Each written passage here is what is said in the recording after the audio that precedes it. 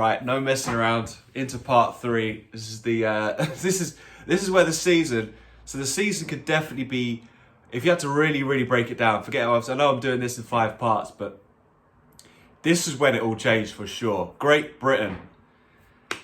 So this is the first sprint race out of the 3, and it's a good track to do it on, and it's a really good event to do it on because this is the first time that in the UK anyway they had massive crowds. So they had Silverstone packed out for a full weekend, and you had qualifying on Friday night, which is great to get people out for the qualifying on a good day, not obviously not a Saturday because everyone's got stuff to do. Friday night, perfect time to do qualifying. So high octane stuff. Get them out to do qualifying on Friday night. The 2 biggest takeaways from the qualifying was obviously the crowd was unbelievable. Like they gave George Russell, which does get lost in the sauce a little bit. George Russell got a lap of qualifying by himself with the crowd going nuts. That was one of my favourite moments actually of the season. Having George Russell go around there, and he actually got P7 in that qualifying session. So he was flying around, the crowd were going crazy. Hamilton beat Verstappen to pole. Well, he set his first flying lap. He was on provisional pole. His second lap, he was purple, so fastest of anyone. And then he basically lost it out of the second last corner. Did a little skid, didn't improve. Now, fortunately for him and the crowd, Verstappen went slower. Crowd goes crazy, and it felt like a real, even though Verstappen was 32 points in front, it felt like a massive momentum shift. Even though, like I said, the huge deficit, and and it's only for a sprint to start first in the sprint race on the Saturday. But I felt like this was a huge change in momentum. Hamilton gets on pole for the sprint race. The sprint race comes along, and he has one of his worst ever starts. He gets mugged by Verstappen into turn 1. Bit of kind of like wheel-to-wheel stuff, but then it kind of all disappeared from there. And then it sort of finished basically the same order as they started him.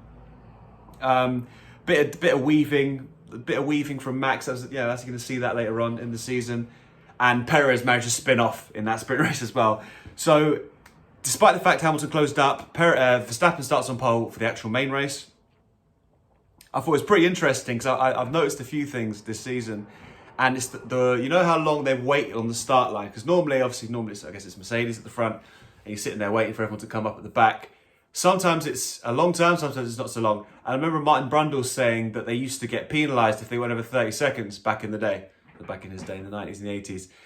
I remember watching this at the time and thinking, these lot are taking ages to get on the line. I timed it, 48 seconds that the front guys, so Verstappen and Hamilton, were waiting for the back markers, one of them being Perez, to actually form up on the grid, which I don't know if they're going to look at that because that happened a few more times. I'm going to tell you when it happens later on in the season as well. Crazy to think that you could wait for that long behind the safe, queuing up for the grid, to start the grid. So, as we know, off they go. Hamilton gets he gets a better start actually. And off they go into turn 1, turn 2, turn 3. And Hamilton, I think, has learned at this point how to, from the mistakes he made in the sprint race. So he kind of sets Verstappen up going down, I think it's the Wellington straight. Verstappen, more weaving. They're up beside each other. And because I think anyone else, I'd have been fascinated to see if anyone else was out on the outside where Hamilton was, if they would have turned in. I mean, Verstappen probably would have actually turned in if it was roles reversed. But anyway, Hamilton kind of like lets Verstappen go down the inside. Shock. Then they go round and then down towards Copse. I mean, I've seen it. At the time, I thought, I had my opinions on it.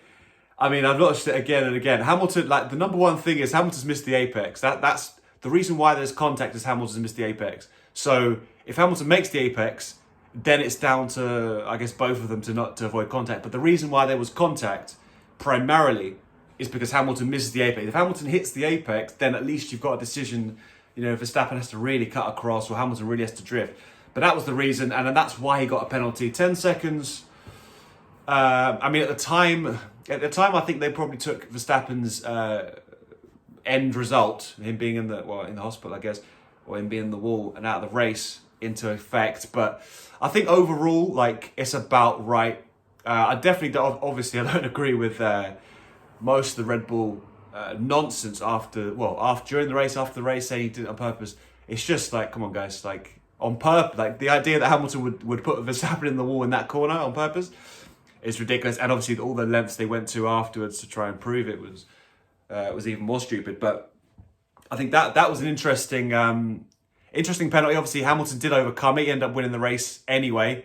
He ended up taking Leclerc second last lap on the actual same corner that he into Copse as well. So he ended up doing another brave overtake, brave bordering on crazy overtake down the inside of Copse around Leclerc, who was winning the race for the whole of the race. After obviously the red flag restart, Leclerc was flying. He had some engine problems. Hamilton couldn't really overtake, and then obviously he got all the way through and overtook him towards the end. So it was a huge swing of momentum from Red Bull are just running away. I mean, after Baku and France and double Austria, it's just like an absolute roller coaster, like just one-way traffic. And then Britain comes, and it takes some, I mean, it's not quite dirty tactics, but it takes a collision and some bring the tone down a bit to put Red Bull kind of off their stride a bit, which I guess happens in sport, but obviously this time it wasn't quite dirty tactics. It's more just they just came together and one guy won the race and one didn't. I think regardless of the penalty, coming back, Hamilton's charged back through the field, and you've seen it throughout the season. I think the general gist of the season, you can point to so many races that Hamilton has just come back from nowhere, either to win the race or to come close or to get a good result. And I think this is one of those. I mean, he was absolutely nowhere at one point. He was about 13 seconds behind with about 10, 15 laps to go, chasing down Leclerc, and then he overtakes him the way he did. To me, that was very impressive. But I guess the main thing was the title race firstly the title race was blown wide open because now Hamilton's obviously taken 25 clean points out of Verstappen, and Red Bull scored no points because Perez, not only did he crash in the sprint race, he also didn't get the points in the main race. And then obviously Bottas got third. So 40 points for Mercedes, 25 points for Hamilton. All the gaps just come back down to normal, and then essentially we just go again. So that was the tipping point. From a momentum point of view, from a sporting, from a fairness, from a competition, every single metric you want, the season just changed completely in Britain. They did put a new engine in, or they upgraded their engine, Mercedes. So that was another big part of why their performance increased from here on out. Is they upgraded their engine, and they had a better engine from here on out. Didn't help their starts, certainly in this particular race, but that's neither here nor there. Hungary was next, and this was another one where, I mean, just crazy stuff happens from start to finish. I mean, obviously they had 2 weeks off from Silverstone. Everyone got to settle down a bit and just, take a deep breath, which I think was really important, because if they'd just gone racing the following week, things would have been so hot there'd have been another crash immediately. Turns out there was a crash anyway, but I think it was good. They obviously did it on purpose, but I think it was good that they had 2 weeks off after Silverstone for everyone to calm down. This one, Mercedes were flying. I mean, this is one of the tracks that Hamilton's won more than any other. So this is Hamilton's circuit, Hamilton country. He managed to chase Verstappen down a few years ago on a good tyre strategy. So Red Bull weren't exactly coming in here on a high. Bit of gamesmanship in qualifying. Hamilton was slow on the outlap on their final run in qualifying. Stopped Perez getting into qualifying. He missed the line to do his last lap, and Verstappen only just made it. So I think he had potentially cold tyres when he got there. So that was a bit of gamesmanship, bit more destabilisation from Hamilton. Which, I mean, that's just part of the sport, I think. But it was obviously cheeky. The race, so they qualify on pole. Hamilton absolutely blows them away by almost half a second, and in between qualifying the race, literally on the actual grid, it starts raining. So they're thinking, okay, it's going to be a wet start. Off they go. Bottas locks up, skittles out. So he skittles Norris out, who skittles Verstappen, and then Bottas then ends up hitting Perez as well, who then also collects off into the wall. Stroll is coming over the top as well. He takes out Leclerc and Ricciardo. So 8 or 9 of them are out in the first corner of the restart. Ocon and Vettel sneak in. I've watched it back so many times. Ocon just sneaks through the debris, and Vettel follows him. And obviously Hamilton's out in front. They clear all that up. They're clearing up Verstappen's car because it's a red flag now. They're going to do another standing restart. But on the lap to the grid, it's drying. So it hasn't rained since all this has happened. And Hamilton being in the lead, if he pits, everyone else is just, people are going to stay out, or they can just do the opposite of what he's doing. So he stays out.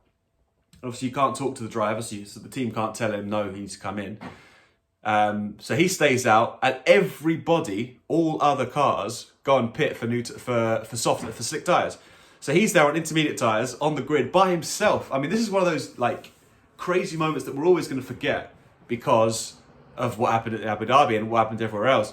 But this is one of those moments, like, we forget that Hamilton was literally the only car on the grid for a restart at one point. Like, he was literally off on his way, and then he had to pit for tyres. Again, charged through the field again. Ocon is out in front, just winning the race. Him and Vettel were just clear of the field. Bottas got a penalty. They announced it mid-race that Bottas was going to get a 5-place grid drop for the next race for causing the whole collision at the beginning, which is fair. It was, you know, it wasn't really his fault. He just made a mistake, you know, and then skidded, locked up, and then took everyone else out. But in terms of, so Hamilton again had to charge through the field. He ends up charging through the field until he gets to Fernando Alonso, who holds him up. Like, in terms of defenses against Hamilton, Alonso's one in Hungary was like, that's how you that's like everything. Make your car big. Obviously, it's Hungary, so you just can't overtake anywhere. There's 2 places to overtake in Hungary, if you're lucky. And if you're Fernando Alonso, you're going to really block it. That was cool. The Perez stuff later on, less cool, but they're both, you know, in the defense category. But you look up defense, I think it got voted number 1 on the Formula 1 YouTube channel. Number 1 on track battle. So, I mean, it was cool. I mean, Alonso is a crazy man. He's a crazy man. So he held up Hamilton. That hold up period essentially cost Hamilton the win, because that means later on, literally as they crossed the line, so Ocon won the race. Vettel was right behind him. Hamilton was like a second or 2 behind those guys. Another 1 or 2 laps and Hamilton would have won the race. So Alonso literally cost Hamilton the win, which, I mean, and that was the race out. Hamilton afterward was knackered. I mean, he visibly hands on his knees, and I think the long COVID stuff was affecting him. So, you know, that race was a fun race, but Mercedes screwed up with the tyres at the beginning. That was, I don't know what they were trying to do there. Alonso, brilliant defense of Hamilton, and also Hamilton had a really brilliant charge. Bear in mind, you can't overtake. Charged through the field, overtook loads of people, got to 3rd, and managed to salvage a podium after being last. You know, he comes out after pitting for tyres. Eventually, obviously, starts the grid on the intermediate tyres. Everyone else has pitted. He's got to do his lap on the intermediates, put those real tyres on, and go. And he's last to 14 runners. So from 14th to 3rd on Hungary is quite a bit, and it'll get overlooked. But again, because of everything else that happened. But that was one of his better drives of the season for sure. So, damage limitation for sure. Obviously, Hamilton's now leads the World Championship because obviously Verstappen ended up P9 because Vettel got disqualified after the race, if you remember, for not having enough fuel. So he actually stopped on the in lap on the way back to the podium, I suppose, because he didn't have enough fuel. So that was quite harsh. That was a big ruling, but you need to have enough fuel for the FIA to test, and that everyone knows that. So Hamilton ends up inheriting P2. So ends up with a nice little lead going into Belgium. Belgium indeed. So Hamilton had an 8-point lead. Mercedes had a 12-point lead. Now, in Belgium, it was wet. Very wet. And the whole way through qualifying, it was pouring down with rain. They were red flagging it, stopping it, delaying it. Norris ends up having a big smash, who was actually going quite well at one point. Russell beats Hamilton. He almost takes pole position in his second run. I don't know what they did to set up the car. They set the car up brilliantly. Off they go, and Russell was on the front row for the race, so he almost takes it off Verstappen. Gets quite close, doesn't get there enough. Now, this was the first time. I mentioned before about what the FIA were doing with Baku. This was the first time we got an insight, that I can remember anyway, that you thought, someone's made a decision for only commercial purposes, and it's not a championship. You're not making a sporting decision. So they decided on race day that they were obviously going to try and start the race, but they couldn't start the race because too much spray. So they went into the pits. They needed 2 laps to get a classification so you can award points. So if they did 2 laps, which you're not going to be able to do because you can't go racing because it's just too wet. But they basically found a loophole. They're like, okay, if we do 2 formation or 2 laps, behind the safety car, they count as race laps, and then we can give out the points. Now, obviously, given the qualifying order, you had Verstappen, Russell, Hamilton, Ricciardo, Vettel. I mean, given that qualifying order, obviously all those guys, depending on what team you're on and what position in the championship you're in, are going to be happy, or relatively speaking. But then you've got people like Alonso, Bottas, and Norris, even though Norris did have a crash, and then even Perez all the way down in P19. These guys didn't have a chance to score any points, so they were literally not able to score points because they didn't qualify in the top 10, which you could call, you could say it's either harsh or it isn't. But to me, this should just not have been a race. They should go, okay, cool, screw this race. Let's just put a pin in it and just go back to Zandvoort for the next race. But they decided to not. I mean, they've literally given Verstappen 1 race win, which a lot of people fight very hard to get, and they've just gone, right, okay, we'll just give it to the guy who qualified first because we've technically done 2 laps, but they didn't do 2 laps. They literally followed the safety car. They knew they weren't going to get the race done. So this was the problem. I think everyone was universally pretty critical of this one because it wasn't a race, and now they've awarded championship points to people. And the half points thing kind of annoyed me. Having Verstappen having the championship thing and having 185.5 points just didn't look right. I don't know, that's just me being funny, but yeah, wasn't a fan of that at all. On we go to Zandvoort. Now Zandvoort was in Holland. It was a crazy race. Crazy atmosphere because obviously it was Max Verstappen's home. I feel like they're all Max Verstappen. Austria, they did 2 races in Austria. They're both home races basically. Belgium was another home race. And now they've gone, hey, have another one. Have your own home race. So another home race for Verstappen. Hamilton almost beat. I think I forgot as well. Hamilton almost got pole in this race, in this qualifying. I mean, they were a long way clear. Hamilton and Bottas were P2 and P3. Hamilton almost gets pole position. He gets pole, misses out by 400ths, just under 400ths. So he almost kind of ruins the atmosphere for the Dutch fans. He gets to right behind Verstappen. The race kind of peters along. It wasn't really a great race, to be honest. It was kind of, just because the track layout is so tight and twisty, it's just very, very hard to overtake. Now, obviously, Bottas did try to hold up Verstappen at one point in the middle there. The top 2 were just well clear, 20, 25 seconds clear. The most interesting thing happened was Hamilton had the fastest lap, so he was already going to get that point. Verstappen couldn't pit, and Perez was down in like P8, P9. So they decided to pit Bottas because they said something about his tyres, with the vibrations in his tyres. They pit Bottas for soft tyres. Now Bottas goes and he was told not to do the fastest lap. He sets the fastest lap. He slows down the last sector, sets the fastest lap anyway. So Hamilton's now got a pit, risk getting his having a Bottas and Monaco treatment, getting his wheel kind of screwed on and not coming off and losing getting DNF'd. So he's got to then pit for soft tyres, charge the car up, and then risk crashing and going to get the fastest lap, which I found amazing. And I guess it doesn't. It's not a surprise that, given how obviously Bottas got moved out of Mercedes, this probably can't have helped Bottas at all, because this was the last time Bottas was really not a team player. He was not playing the team game at all. Like he was literally told, don't set the fastest lap, and he did. And then after this, when he gets announced he's going to Alfa Romeo, that's when things start getting all pally and let's do the team stuff. But I think this was the last time, between the two, that it was like, cool, I'm just going to try and be my own man for a bit. But yeah, that definitely didn't go in his favour at all. Monza.